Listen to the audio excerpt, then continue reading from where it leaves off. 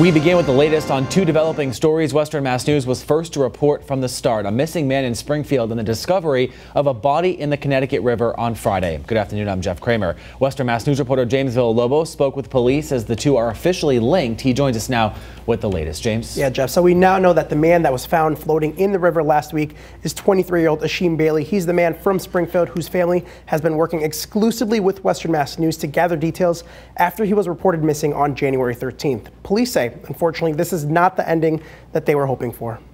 This was the scene Friday in Longmeadow as police converge on the Connecticut River after receiving a call from a fisherman who thought he saw a body floating. Over the weekend, an autopsy was done and found that the body was Achim Bailey's, the man who went missing after a night out at Samuel's in downtown Springfield. There are no signs of foul play or any physical trauma to Mr. Bailey at this time.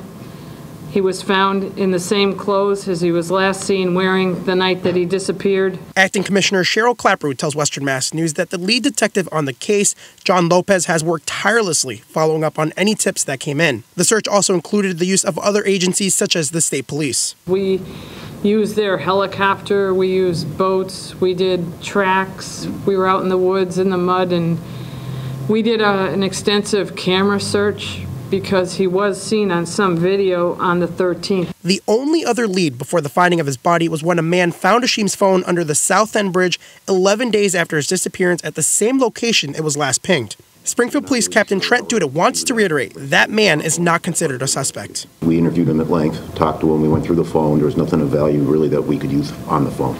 Many who saw Achim at Samuel's the night he went missing says he was visibly intoxicated at the time he was asked to leave by bouncers at the bar for allegedly inappropriately flirting with a woman. That has many asking if Samuel's will face any kind of consequences, but police say we're not really sure how we're going to proceed with that, but it's still ongoing, that part of the investigation. In a statement to Western Mass News, Samuel's at the Hall of Fame says Achim was a familiar face at Sam's. Our hearts are broken and we're sickened over this. Clapprood says that as the investigation continues, she hopes that this is something that never happens again. If you have a friend who looks in distress, stay with that person and make sure you're getting that person home safely. And it is worth repeating that Achim was alone at Samuel's the night that he went missing, and also alone later when he spotted on street cameras.